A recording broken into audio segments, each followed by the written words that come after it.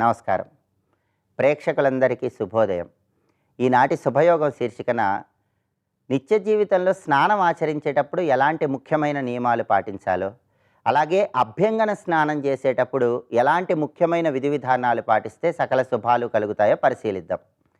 మన భారతీయ సనాతన సంస్కృతి సంప్రదాయాలలో, ఆచార వ్యవహారాల్లో స్నానానికి ప్రత్యేకమైన ప్రాధాన్యతను కేటాయించడం జరిగింది. ఋగ్వేదంలో స్నానం చేసేటప్పుడు చదువుకోవాల్సిన ప్రత్యేకమైన మంత్రాలను గురించి చెప్పారు. మేఘ జలాలలో విద్యుత్ ఉంటుందని, సాగర జలాలలో బడబానల ఉంటుందని, అందుకే నీటిని అగ్నిగర్భ అనే పేరుతో పిలుస్తారని అథర్వణ వేదంలో చెప్పడం జరిగింది. అనునిత్యము కూడా ప్రత్యేకమైన విధి విధానాలతో స్నానాన్ని ఆచరించడం ద్వారా ఆధ్యాత్మిక పరంగా, ఆరోగ్యపరంగా విశేషమైన ప్రయోజనాలను సిద్ధింపజేసుకోవచ్చు. స్నానం చేసేటప్పుడు గంగేచ యమునే చైవ గోదావరి సరస్వతి నర్మదే సింధు కావేరి జలేస్మిన్ సన్నిధిం కురు అంటూ పుణ్య నదుల పేర్లను స్మరించుకుంటూ స్నానాన్ని ఆచరించాలి. అలాగే అపవిత్ర పవిత్రోవా సర్వావస్థాంగత్నోపివా యహ స్మరేత్ పుండరీకాక్షం స బాహ్యాభ్యంతర శుచి అనుకుంటూ స్నానాన్ని ఆచరించడం ద్వారా లోపల బయట ఉన్నటువంటి అన్ని రకాలైన మలినాలను తొలగింపజేసుకొని పరమాత్మ అనుగ్రహానికి సులభంగా పాత్రలు కావచ్చు. అయితే స్నానాలలో అభ్యంగన స్నానానికి ప్రత్యేకమైన ప్రాధాన్యతని చెప్పడం జరిగింది. తల నుంచి అరికాళ్ళ వరకు నువ్వుల నూనె రాసుకొని చేసే స్నానాన్ని అభ్యంగన స్నానం అంటారు. అయితే ఈ అభ్యంగన స్నానాన్ని కొన్ని ప్రత్యేకమైన రోజుల్లోనే చేయాలని సంప్రదాయంలో చెప్పడం జరిగింది. అభ్యంగన స్నానాన్ని సోమవారం కానీ, బుధవారం కానీ, శనివారం కానీ ఆచరించాలి. సోమవారం అభ్యంగన స్నానం చేస్తే మానసిక ప్రశాంతత ఏర్పడుతుంది. బుధవారం అభ్యంగన స్నానం చేస్తే ధనపరంగా మంచి ప్రయోజనం చేకూరుతుంది. అలాగే శనివారం అభ్యంగన స్నానాన్ని ఆచరించడం ద్వారా సర్వ విధాల లాభం చేకూరుతుంది. ఈ 3 రోజుల్లో మాత్రమే అభ్యంగన స్నానాన్ని ఆచరించాలి. ఆదివారము, మంగళవారము, గురువారము, శుక్రవారము ఈ అభ్యంగన స్నానం చేయకూడదు. అయితే అత్యవసర పరిస్థితుల్లో ఈ వారాలలో కూడా అభ్యంగన స్నానం ఆచరించవలసి వస్తే దానికి ప్రత్యామ్నాయాన్ని శాస్త్రాల్లో చెప్పడం జరిగింది. ఆదివారం తప్పనిసరి పరిస్థితుల్లో అభ్యంగన స్నానం చేయవలసి వస్తే నూనెలో కొన్ని గులాబీ పూలు వేసి ఆ నూనె శరీరానికి రాసుకొని ఆ తర్వాత అభ్యంగన స్నానం చేయాలి. అలాగే మంగళవారం అభ్యంగన స్నానం చేయవలసి వస్తే పుట్ట దగ్గర ఉన్నటువంటి మట్టి, పుట్టమన్ను కొద్దిగా తీసుకొని నూనెలో కలుపుకొని ఆ నూనె రాసుకొని ఆ తర్వాత అభ్యంగన స్నానం ఆచరించాలి. గురువారం అభ్యంగన స్నానం చేయవలసి వస్తే గరిక పోసలు 2 తీసుకొని నూనెలోకి వేసి ఆ తర్వాత ఆ నూనె రాసుకొని అభ్యంగన స్నానాన్ని ఆచరించవచ్చు. అలాగే శుక్రవారం అభ్యంగన స్నానం చేయవలసి వస్తే గోమయం కొద్దిగా తీసుకొని దాన్ని నూనెలో కలిపి ఆ నూనె రాసుకొని అభ్యంగన స్నానాన్ని ఆచరించవచ్చు. అత్యవసర పరిస్థితుల్లో ఈ విధంగా అభ్యంగన స్నానం చేయవచ్చు. కానీ ఎప్పుడైనా సరే సోమ, బుధ, శనివారాలు అభ్యంగన స్నానం ఆచరించడం ద్వారా సకల శుభాలను సిద్ధింపజేసుకోవచ్చు. రేపటి శుభయోగం శీర్షికన గురువారంతో కూడిన ఏకాదశి, గురు ఏకాదశి, రమా ఏకాదశి సందర్భంగా ఎలాంటి విధి విధానాలు పాటించాలో, తద్వారా ఎలాంటి ప్రయోజనాలు సిద్ధింపజేసుకోవచ్చో పరిశీలిద్దాం. నమస్కారం.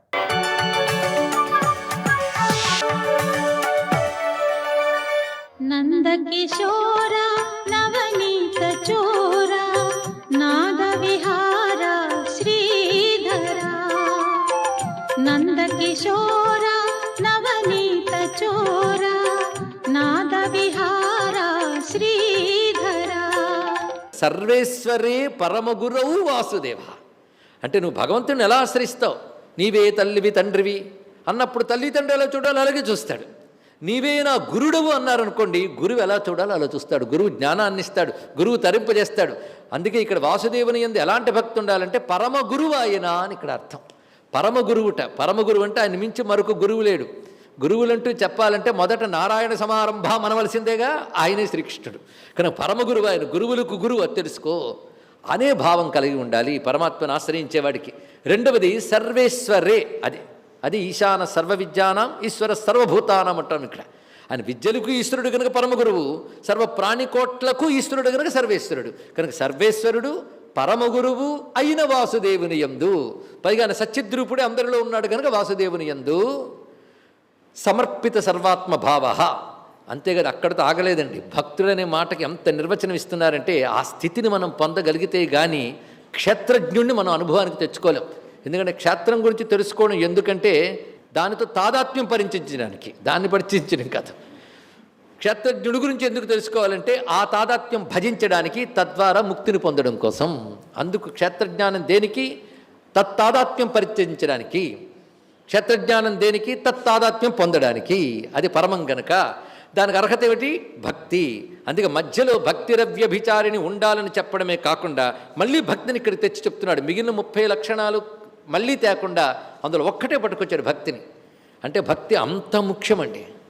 ఆ కారణంచనే 11వ అధ్యాయం చివరి కూడా భక్త్యాత్వనన్యయా శక్తి అహమేవం విదోజ్ఞనా జ్ఞాతం ద్రష్టుంచ తత్వేన ప్రవిష్టుంచ అనంత గట్టగా చెప్పడానికి కారణం అది. అందుకే మళ్ళీ ఇక్కడ భక్తి గురించి చెప్తున్నారు. అందుకే భగవత్పాదులు వారు గొప్ప కృష్ణ భక్తులు కనుకనే ఈ మాత్రం చెప్పి ఊరుకోలేదండి భక్తుడంటే. మరొక మాట చెప్తున్నారు. యత్ పశ్యతి శృణోతి స్పృశతి వా సర్వమేవ భగవాన్ వాసుదేవ ఇత్యేవం గ్రహ విశిష్ట బుద్ధి మద్భక్తి అన్నాడు. భక్తి అంటే ఇదిట. ఏమనంటే యత్ పశ్యతి శృణోతి స్పృశతి. ఏది చూస్తున్నాడో, ఏది వింటున్నాడో, ఏది స్పర్శిస్తున్నాడు. అంటే స్పర్శ అంటే ఇంద్రియములతో ఏది స్పర్శిస్తున్నాడో అని అర్థం ఇక్కడ. అంటే సర్వేంద్రియములతో దేన్ని గ్రహిస్తున్నాడో అది సర్వమేవ భగవాన్ వాసుదేవ, సర్వము భగవానుడే అని బుద్ధి కలిగి యుండుటని భక్తి అంటారు. అందుకే విశ్వరూప సందర్శన యోగం వరకు ఎందుకు చెప్పాడంటే ఏది చూసినా ఏది విన్నా అది నేనే అనే భావం నీకు కలగాలి కనుక విశ్వరూపం చెప్పడమే కదా చూపించారండి ఇక్కడ. అందుకని విశ్వరూపం గొప్ప మిరాకిల్ అని కాదు, విశ్వమే పెద్ద మిరాకిల్. అది మీరు నేను సృష్టించింది కాదు గనక ఆయన సృజించాడు తత్స్వరూపం అని ఆయన చెప్పిన తర్వాత విన్నది, చూస్తున్నది, కన్నది అన్నీ ఆయన స్వరూపమే తెలియాలి. అది తెలియడమే సర్వమున్నతను దివ్య కళామయమంచు అని ఒక్క మాటలో చెప్పాడు మహాభక్తుడు. అతడే మనకు ఆదర్శం కదా ఇక్కడ. అందుకే సర్వమేవ భగవాన్ వాసుదేవ ఏవం గ్రహావిష్ట బుద్ధి మద్భక్తి అని అద్భుతమైన నిర్వచనాన్ని ఇక్కడ చెప్పారు. అటువంటి భక్తుడైన వాడు ఈ జ్ఞానం చేత నన్ను పొందుతున్నాడు కనుక అటువంటి భక్తుడికి ఈ క్షేత్రజ్ఞ విభాగ యోగం పనికొస్తున్నది. ఇప్పుడు పురుషుడు శబ్దం చెప్తున్నాడు. పురుషుడు అంటే ఎవరండి? పురుష శబ్దానికి ఇప్పటి వరకు మీరు అనేక అర్థాలు విన్నారు. పూర్ణత్వాత్ పురుష, పురే శయనం కరోతి ఇది పురుష అని కూడా మాట చెప్పుకున్నాం. పురమునందున్నవాడు, పురమునందువాడు జీవుడా ఈశ్వరుడా? సర్వక్షేత్రాల్లో ఉన్న క్షేత్రజ్ఞుని నేనని తెలుసుకున్నాడు స్వామి. క్షేత్రజ్ఞంచాపి మాం విద్ధి సర్వక్షేత్రేషు భారత. మరి ఏమనుకున్నారు జ్ఞానం అంటే అంత తేలిక? సర్వక్షేత్రములు ఎందుకు క్షేత్రజ్ఞుని నేనే, ఆ నేను అనాది మత్పరం బ్రహ్మ అన్నాడు. మళ్ళీ మరి సర్వక్షేత్రములందు ఉన్నవాడు ఆయన అయినప్పుడు పురుషుడు ఎవరు అవ్వాలి? పరమేశ్వరుడే పురుషుడు అవ్వాలి. మరి ఇక్కడ పురుష శబ్దం దేనికి చెప్తున్నారంటే క్షేత్రమునంతటిని కలిపి ఒక పేరు పెట్టుకుందాం మనకి. మహాభూతాన్యహంకార అక్కడి నుంచి మొదలు పెట్టుకొచ్చి చిట్ట చివరికి ధృతి వరకు చెప్పాడు. చేతన ధృతి వికారముల వరకు ఇదంతా కలిపి క్షేత్రం. దీని అంతటా కలిపి ఒక పేరు పెట్టేసుకుందాం, పురం, పట్టణం. ఈ పట్టణం ఎవడు ఉన్నాడో వాడు ఇప్పుడు జీవుడని అర్థంలో తీసుకోవాలి. అంటే పట్టణంతో తాదాత్మ్యం చెంది ఉన్న జీవుడు, పట్టణమునకు చైతన్యం ఇచ్చినటువంటి ఈశ్వరుడు, రెండు ఉన్నాయి ఇక్కడ. చైతన్యం ఇచ్చిన జీవుడు, తాదాత్మ్యం చెందిన జీవుడు అనలేదండి, చాలా జాగ్రత్తగా చెప్పుకోవాలి ఇక్కడ. పట్టణంతో తాదాత్మ్యము చెందిపోయిన ఒకానొక చైతన్యము, చైతన్యాన్నిచ్చిన పరమ చైతన్యము, ఈ రెండు వచ్చాయి. కానీ జీవ ఈశ్వర శబ్దములు రెండు ఉత్పన్నమయ్యాయి. ఇప్పుడు ముందు జీవుడి గురించి తెలుసుకుందాం. ముందు నేనని ఏదనుకుంటున్నావో అది తేల్చితే దేనితో కలిపి చెప్తున్నావో అది వివరించి ఆ కలిపిన దాని నుంచి విడిగా తీస్తాడు. తీయగానే నువ్వు ఈశ్వరుడివి తేలుతావు, ఇక్కడ పరమాత్మగా తేలిపోతావు. స్వస్తి.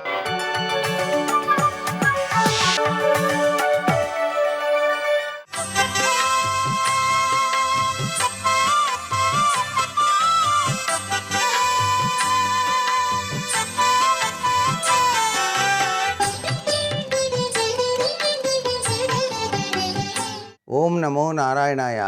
ఓం నమః శివాయ. శ్రీమాత్రే నమః. ఈరోజు బుధవారం. బుధుడు చాలా గొప్పవాడండి. అంటే నిశిత దృష్టి, వివేచన శక్తి కలిగినటువంటి వాడు బుధుడు. అందుకనే తొందరగా విషయాల్ని గ్రహించి ఇతరులకు అర్థమయ్యేటట్టుగా చెప్పే సామర్థ్యం బుధుడు కలిగిస్తాడు.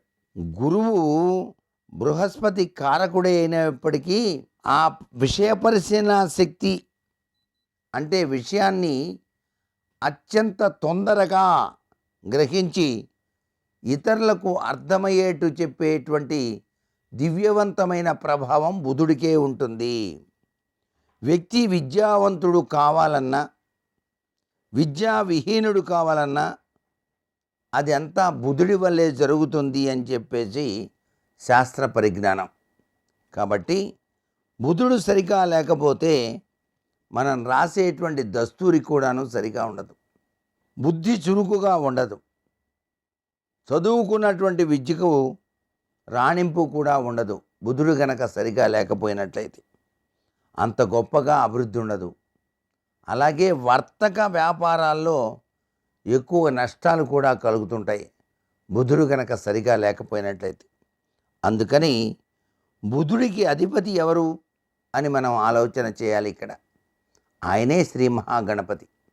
అందుచేత మహాగణపతి ఉపాసన చేయాలి. మహాగణపతిని కొలవాలి. ఎలా కొలవాలి? గరికతో కొలవాలి. సింధూరంతో పూజ చేయాలి. బెల్లం, అరటిపండ్లు, శనగపప్పు, లడ్లు నైవేద్యంగా పెట్టాలి. ఇలా చేయటం వలన చాలా చక్కటి మంచి ఫలితాన్ని మనకు బుధగ్రహం కలిగిస్తుంది. సర్వే జనా సుఖినో భవంతు.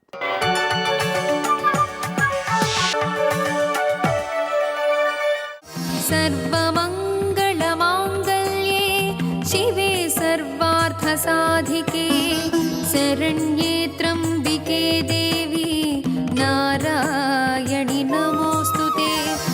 ఆమెయే సృష్టికర్త, ఆమెయే స్థితికర్త, ఆమెయే ప్రళయకర్త.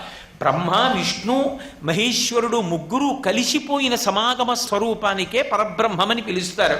అమ్మ తన కడుపులో స్థానం ఇచ్చింది. ఈ లోపల అమ్మ కడుపులో పిండం అంతా తయారైపోయిన తరువాత పాపపుణ్యాలు అనుభవించడానికి నీకు శరీరం ఇస్తున్నాను రా, ఇందులో ప్రవేశించమని మళ్ళీ ఆ శరీరంలోకి ఆ తల్లి ప్రవేశపెడుతోంది. అప్పుడు ఆ శరీరం ఎక్కడ నిర్మాణం అవుతోంది?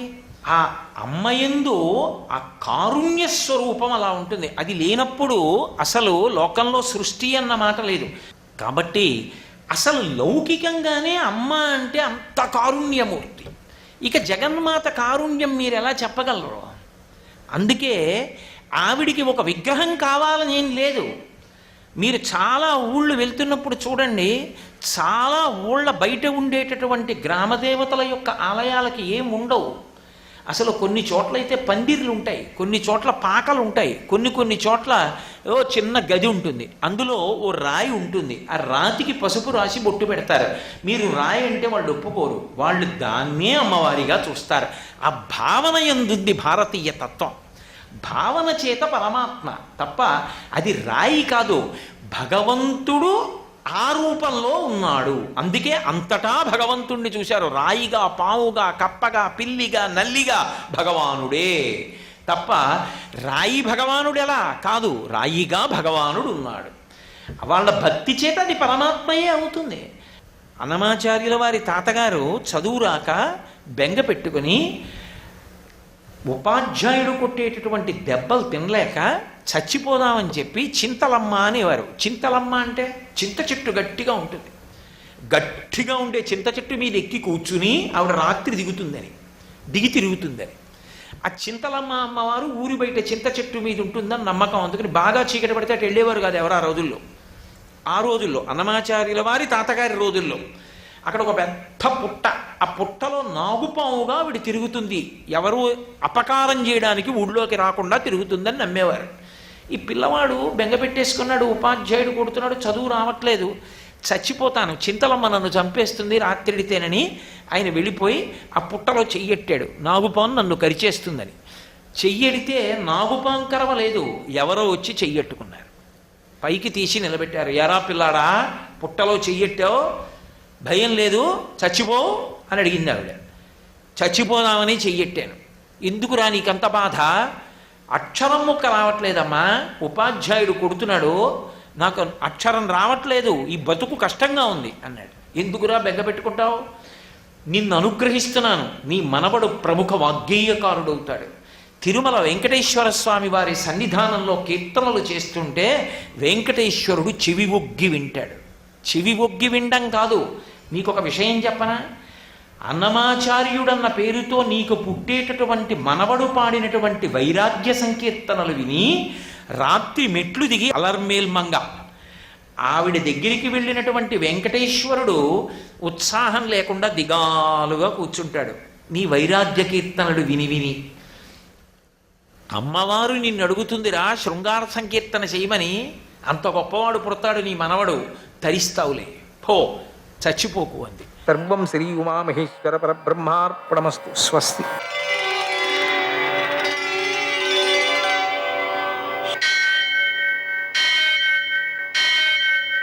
సహస్రశీరుషం దేవం విశ్వాక్షం విశ్వశంభువం విశ్వం నారాయణం దేవమక్షరం పరమం పదం విశ్వతః పరమాం నిత్యం విశ్వం నారాయణగుం హరిం విశ్వమేవేదం పురుషస్తద్విశ్వముపజీవతి పతిం విశ్వస్యాత్మేశ్వరం శాశ్వతం శివమచ్యుతం నారాయణం మహాజ్ఞేయం విశ్వాత్మానం పరాయణం.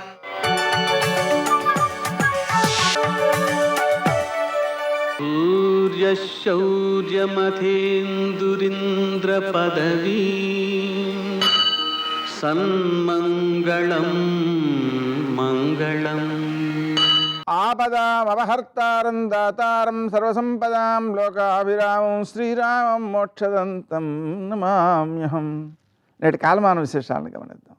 స్వస్తి శ్రీ చాంద్రమాన శోభకృన్నామ సంవత్సరం దక్షిణాయనం శరదృతువు ఆశ్వయుజమాసం కృష్ణపక్షం బుధవారం. సూర్యోదయం 6:21 సూర్యాస్తమయం 5:38 తిథి దశమి ఉదయం 8:22 వరకు, నక్షత్రం పుబ్బ రాత్రి 7:17 వరకు, వర్జం రాత్రి 3:16 నుంచి 7:02 వరకు, దుర్ముహూర్తం మధ్యాహ్నం 11:37 నుంచి 12:22 వరకు, అమృతకాలం రాత్రి 12:06 నుంచి 1:54 వరకు, రాహుకాలం బుధవారం కాబట్టి మధ్యాహ్నం 12 నుంచి 1:30 వరకు, అష్టకౌర్గురీత్యా శుభప్రదమైన సమయం సాయంకాలం 4 గంటలకి.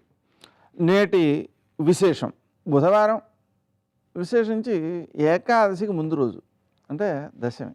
ఏకాదశికి ముందు రోజు కావడం వలన ఏకాదశి వ్రతం దశమి, ఏకాదశి, ద్వాదశి ఈ 3 రోజులు చేసేటువంటి వ్రతం కావడం వల్ల ఈరోజే సంకల్పించుకోవాలి. రాత్రి ఫలహారం చేయాలి. రేపు ఉదయం ఏకాదశి ఉపవాసం ఉంటానని సంకల్పించుకోవాలి. ఆ తర్వాత ఒక పూటే ఫలహారం చేయాలి. రోజంతా భగవన్నామం చేయాలి. అలాగా వ్రతాన్ని ఆరంభించడానికి దశమి ప్రారంభం అన్నమాట. కాబట్టి ఈరోజు దాన్ని ప్రారంభించుకుంటాం. బుధవారం కాబట్టి ఇది హయగ్రీవునకు చాలా ప్రీతికరమైనది, అలాగే విష్ణుమూర్తికి ప్రీతికరమైనది, రామునకు ప్రీతికరమైనది. విష్ణుమూర్తి ఈ బుధునకు అధిష్టాన దైవంగా కూడా చెబుతూ ఉంటాం. కాబట్టి విష్ణుమూర్తి యొక్క అనుగ్రహం కోసం విష్ణు సహస్రనామ స్తోత్రం వినడం కానీ, రాముని యొక్క అనుగ్రహం కోసం శ్రీరామ జయ రామ జయ జయ రామ అనే మంత్రాన్ని జపించుకోవడం కానీ ఉత్తమమైన ఫలితాలను అందజేస్తాయి. రామాయణంలో మొదటిసారిగా బాలరామాయణం అంటారు. దాన్ని పిల్లల చేత పారాయణ చేయించినట్లయితే వారు విద్యలో కుశలుడు అవుతారు, విద్య యొక్క నైపుణ్యాన్ని పెంచుకోగలుగుతారు. అంతేకాదు విద్యను సద్వినియోగం చేసేటువంటి ధార్మికులు అవుతారు. సమాజానికి ఉపకరించేటువంటి మహాత్ముడు ఒక్కడు 1000 మందిని మంచి మార్గంలో పెట్టగలడు. కాబట్టి మనం ఆ మహాత్ములను పెంచుకునేటువంటి ప్రయత్నం అందరం చేయాలి, అందరి అవసరం అది. కాబట్టి ఆ ధార్మికమైనటువంటి బలం పెరగడం కోసం మనం తప్పనిసరిగా ఈ హయగ్రీవుని యొక్క ఆరాధన, శ్రీరాముని యొక్క ఆరాధన తప్పనిసరి అవుతూ ఉంటుంది. మన విద్యార్థి దశ నుంచి కూడా పిల్లలకు దాన్ని అలవరచవలసినటువంటి బాధ్యత తల్లిదండ్రులపైన ఉంది, గురువులపైన ఉంది. అందువలన దాన్ని ఆచరించడం శ్రేష్టం, సమాజానికి ఉపకరించేటువంటి విషయం. నేటి ఆణిముత్యాలు.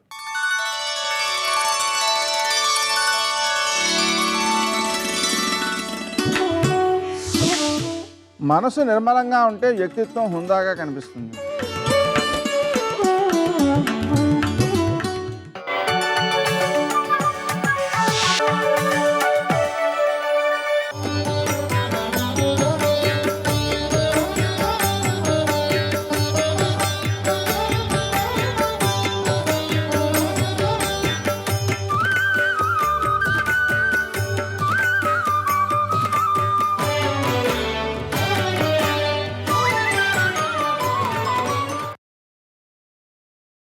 సంఘాన్ని ఫలాన్ని పరిత్యాగం చేసిన త్యాగ సంపన్నుడు. కర్మయందు సంఘాన్ని వాటి ఫలాన్ని కూడా విడిచిపెట్టి నిత్య కర్మలను ఆచరించేవాడు. అతడు ఆత్మానాత్మ వివేకం యొక్క విజ్ఞానానికి హేతువైన సత్వంతో నిండినప్పుడు అకుశల కర్మను, అశుభ కర్మను ద్వేషించడు. పోనీ కుశల కర్మ ఎందంటే శుభకర్మలందు ఆసక్తిని కలిగి ఉంటాడా అంటే అది కూడా లేదు. అందుకే అతడు మేధావి, అంటే ఆత్మజ్ఞాన లక్షణమైన ప్రజ్ఞ కలవాడు అని అర్థం. మేధావి కనుకనే అతడికి సంశయాలన్నీ తొలగిపోయి ఉంటాయి. అందుకే అతడిని భగవంతుడు చిన్న సంశయ అన్నాడు. అవిద్య చేత కల్పించబడిన సంశయాలన్నీ తొలగి ఆత్మస్వరూపంలో నిలిచిపోవటమే పరమ మోక్ష సాధనము, మరొకటి కాదు అనేటువంటి ఆ నిశ్చయంతో అతడి సంశయాలన్నీ తొలగిపోయి ఉంటాయి.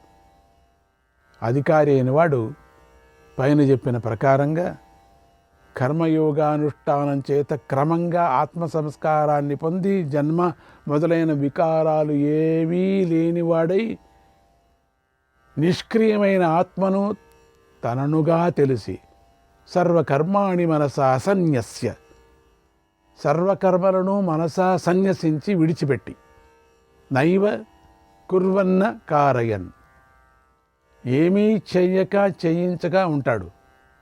నిష్కర్మత్వ స్థితికి లక్షణమైన జ్ఞాననిష్టను పొందుతాడు అని ఈ ప్రకారంగా పూర్వం చెప్పిన కర్మయోగం యొక్క ప్రయోజనం ఈ శ్లోకంలో చెప్పబడింది అని తెలుసుకోవాలి. ఇక దేహాత్మాభిమానంలో దేహాన్ని భరిస్తూ ఉన్నవాడు అజ్ఞాని. అతడు ఆత్మయే కర్త అనే అజ్ఞానం గలవాడు, నేను కర్తను అనే నిశ్చయ బుద్ధి గలవాడు. ఇటువంటి అధికారికి పూర్తిగా కర్మలను విడిచిపెట్టడం అనేది శక్యం కానే కాదు.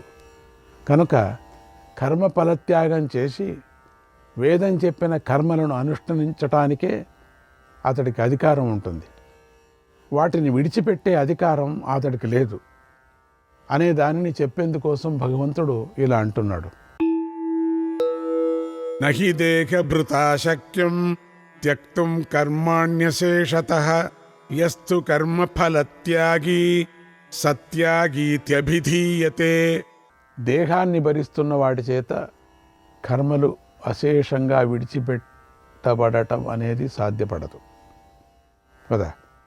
ఎవడైతే కర్మఫల త్యాగి అయి అతడే త్యాగి అని చెప్పబడతాడు. దేహమే ఆత్మ అనుకునేవాడు, దేహాన్ని ధరిస్తూ ఉన్నవాడు అయినటువంటి అజ్ఞానికి పూర్తిగా కర్మలను విడిచిపెట్టడం అనేది శక్యం కాదు. ఎందుకంటే దేహాత్మ అనుకున్నాడు కాబట్టి. కానీ వివేకి విషయం వేరు. వేద వినాశినం అనే 2వ అధ్యాయం యొక్క వాక్యము మొదలైన వాక్యాలలో వివేకి కర్తృత్వాధికారం అక్కడి నుంచి తొలగించబడ్డాడు. అంటే అతడికి కర్మ చేయవలసిన పని లేదు అని అర్థం. కనుక అజ్ఞుడైన అధికారి గురించే ఇక్కడ చెబుతున్నారని తెలుసుకోవాలి. నిత్య కర్మలను చేస్తూ కర్మ ఫలత్యాగం చేసే కర్మ ఫలాకాంక్షను మాత్రమే విడిచిపెట్టే సన్యాసిని అతడు కర్మి అయినప్పటికీ అతడిని స్తుతించే అభిప్రాయంలో త్యాగి అని అంటారు. కనుక పరమార్థాన్ని దర్శించిన వాడికి, దేహభారం లేనివాడికి, అంటే దేహాత్మభ్రాంతి లేనివాడికి మాత్రమే పూర్తిగా కర్మ సన్యాసం సాధ్యమవుతుంది. అయితే సర్వకర్మ సన్యాసం వల్ల ప్రయోజనం ఏమిటి అంటే దానికి భగవంతుడు చెబుతున్నాడు. అనిష్టమిష్టం మిశ్రంచ త్రివిధం కర్మణః ఫలం భవత్యత్యాగినాం ప్రేత్య నతు సన్యాసినాం క్వచిత్. అనిష్టము, ఇష్టము, మిశ్రము అనే 3 విధాలైన కర్మ యొక్క ఫలము అత్యాగులకు ఇక్కడి నుండి వెళ్ళిపోయిన తర్వాత కలుగుతుంది. పుణ్యపాప రూపమైనటువంటి కర్మలకు ఫలము 3 విధాలుగా ఉంటుంది. అనిష్టము, ఇష్టము, మిశ్రము అని. అనిష్టమంటే నరకము, పశుపక్షి జన్మ మొదలైనవి. ఈ జన్మలు కావాలని ఎవరూ ఇష్టపడరు కదా. ఇష్టమంటే దేవతలు మొదలైన వారి జన్మ. మిశ్రమంటే ఇష్టానిష్ట ఫలాలు కలిసి మిశ్రమైన మనుష్య జన్మ. ఫల శబ్దానికి బాహ్యమైన అనేక కారక వ్యాపారాల ద్వారా సాధించబడినది, అవిద్య చేత కల్పించబడినది మహామోహాన్ని కలిగించేది, ప్రత్యేగాత్మకు దగ్గరిదిగా కనిపించేది, సారరహితమైనది కావటం చేత లయించిపోయేది అనే అర్థాలున్నాయి. ఈ లక్షణం కలిగిన ఫలము అత్యాగులకు అంటే కర్మఫలాలను త్యాగం చేయకుండా కర్మలను ఆచరించే అజ్ఞానులకు, పరమార్థ సన్యాసం లేని వారికి శరీరం రాలిపోయిన తర్వాత కలుగుతుంది. కానీ పరమార్థ సన్యాసులకు అంటే పరమహంస పరివ్రాజకులకు, కేవల జ్ఞాననిష్ఠులకు ఎన్నటికీ కలుగదు. కేవల సన్యాసనిష్ట సంసారానికి బీజమైనటువంటి అవిద్య మొదలైన దోషాలను మూలంతో సహా తప్పకుండా పెకిలించి వేస్తుంది అని తాత్పర్యం. ఇక్కడ అవిద్యాక్రియ కారకములైనటువంటి ఫలాలు ఆత్మయందు ఆరోపించబడ్డాయి కనుక పరమార్థం తెలుసుకున్న వారికే పూర్తిగా కర్మ సన్యాసం అనేది సాధ్యమవుతుంది. కానీ అజ్ఞానినికి కాదని తెలుసుకోవాలి. ఎందుకంటే అతడు శరీరం మొదలైన వాటిని క్రియలు, కర్త, కారకాలు అనేవాటివి ఆత్మగా భావిస్తాడు. కనుక అతడు కర్మలను పూర్తిగా సన్యసించలేడు. ఈ విషయాన్ని భగవంతుడు మళ్ళీ మళ్ళీ మళ్ళీ మళ్ళీ చెప్తూనే ఉన్నాడు. పంచైతాని మహాబాహో కారణాని నిబోధ మే సాంఖ్యే కృతాంతే ప్రోక్తాని సిద్ధయే సర్వకర్మణాం. ఓ మహాబాహు, సర్వకర్మల యొక్క సిద్ధికి ఈ 5 కారణాలని సాంఖ్య కృతాంతంలో చెప్పబడ్డాయి. వాటిని నా నుండి తెలుసుకో. మహాబాహువైన ఓ అర్జున అంటూ భగవంతుడు సర్వకర్మల సిద్ధికి కావలసిన 5 కారణాలను తెలబోతున్నాడు. అవి అర్జునుడి మనస్సులో బాగా నాటుకోవాలనే సంకల్పంతో వాటిలోని తేడాలను చూపటానికి కూడా భగవంతుడు ఆ కారణాలను స్తుతించబోతున్నాడు అని తెలుసుకోవాలి.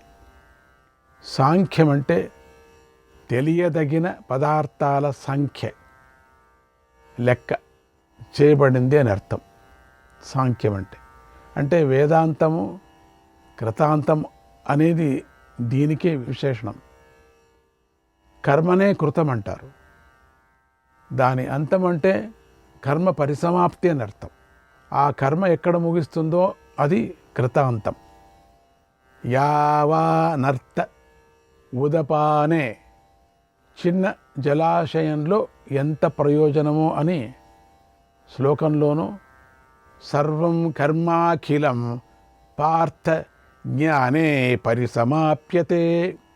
ఓ అర్జున, కర్మంతా పూర్తిగా జ్ఞానంలో ముగుస్తుంది అని 2వ అధ్యాయంలోనూ 4వ అధ్యాయంలోనూ ఆత్మజ్ఞానం కలగగానే సర్వకర్మలు నివృత్తి అవుతాయని భగవంతుడు చూపించి ఉన్నాడు. కనుక అటువంటి ఆత్మజ్ఞానం గురించి బోధించిన వేదాంతంలో చెప్పబడినటువంటి సర్వకర్మల సిద్ధికి కారణాలు చెబుతాను విను అని భగవంతుడు చెప్పబోతున్నాడు అనేది ఇక్కడ శ్లోక తాత్పర్యం తెలుసుకోవాల. ఏమిటా కారణాలంటే భగవంతుడు చెబుతున్నాడు. అధిష్టానం తథా కర్త కరణంచ పృథగ్విధం వివిధాశ్చ పృథక్ చేష్టాః దైవం చైవాత్ర పంచమం. అధిష్టానము మరియు కర్త, వేరువేరు విధాలైన కరణము మరియు వివిధ రూపాలైన చేష్టలు మరియు 5వదైన దైవము అనేవి కారణాలై ఉన్నాయి. అధిష్టానం అంటే కోరిక, ద్వేషము, సుఖము, దుఃఖము, జ్ఞానము, వీటి అభివృద్ధికి, వీటిని బయటికి ప్రకటించడానికి ఆశ్రయమైన శరీరము అని అర్థం. కర్త అంటే ఉపాధి లక్షణమైన భోక్త అని అర్థం. ఎందుకంటే కర్తృత్వ భోక్తృత్వాలు అంతఃకరణం అనే ఉపాధి వలనే తెలుస్తున్నాయి.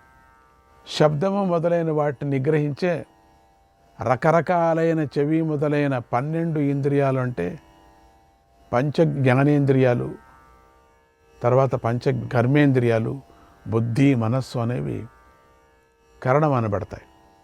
చేష్ట అంటే ప్రాణము, అపానము మొదలైన వాయు సంబంధమైనటువంటి రకరకాలైన చేష్టలు. ఈ నాలుగింటికి తోడై కన్ను మొదలైన ఇంద్రియాలను అనుగ్రహించే ఆదిత్యాది దైవమని ఇక్కడ మనం తాత్పర్యం తెలుసుకోవాలి. శరీరవాంగ్మనోభిర్యత్ కర్మ ప్రారభతే నరః న్యాయం వా విపరీతం వా పంచైతే తస్య హేతవః. శరీరము, వాక్కు, మనస్సుల చేత మానవుడు న్యాయమైన లేదా న్యాయ విరుద్ధమైన ఏ కర్మను ప్రారంభిస్తాడో ఆ కర్మను ఈ 5 కారణాలై ఉన్నాయి.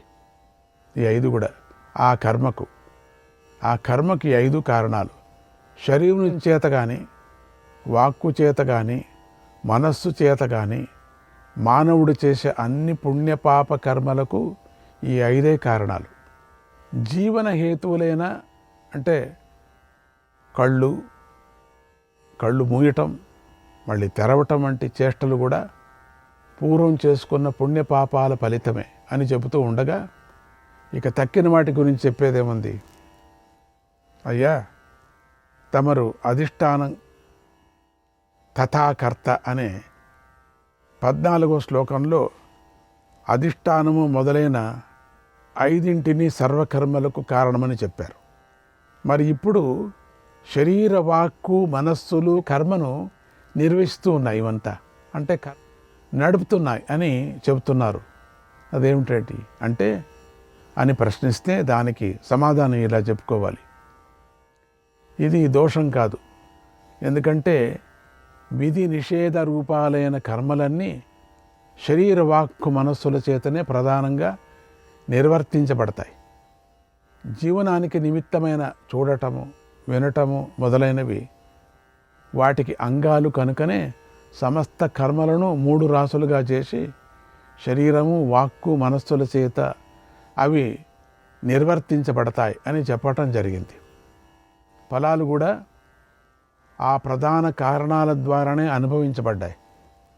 కనుక 14వ శ్లోకంలో హేతువులు 5 అన్నదానికి ఈ 15వ శ్లోకము విరుద్ధం కానే కాదు అని తెలుసుకోవాలి అని చెప్పి ఇక ఇప్పుడు ఆత్మయందు కర్తృత్వాన్ని ఆరోపించేవాడు దుర్మతి అనే విషయాన్ని చెబుతున్నాడు.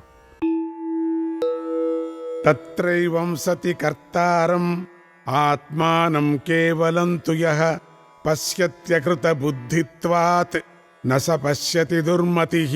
అయితే ఇక్కడ వస్తుస్థితి ఇలా ఉండగా కేవలుడైన ఆత్మను ఎవడైతే అకృత బుద్ధి కావటం చేత కర్త అని అనుకుంటూ చూస్తాడో ఆ దుర్మతి తెలుసుకోవలసింది తెలుసుకోలేడు, చూడవలసింది చూడలేడు.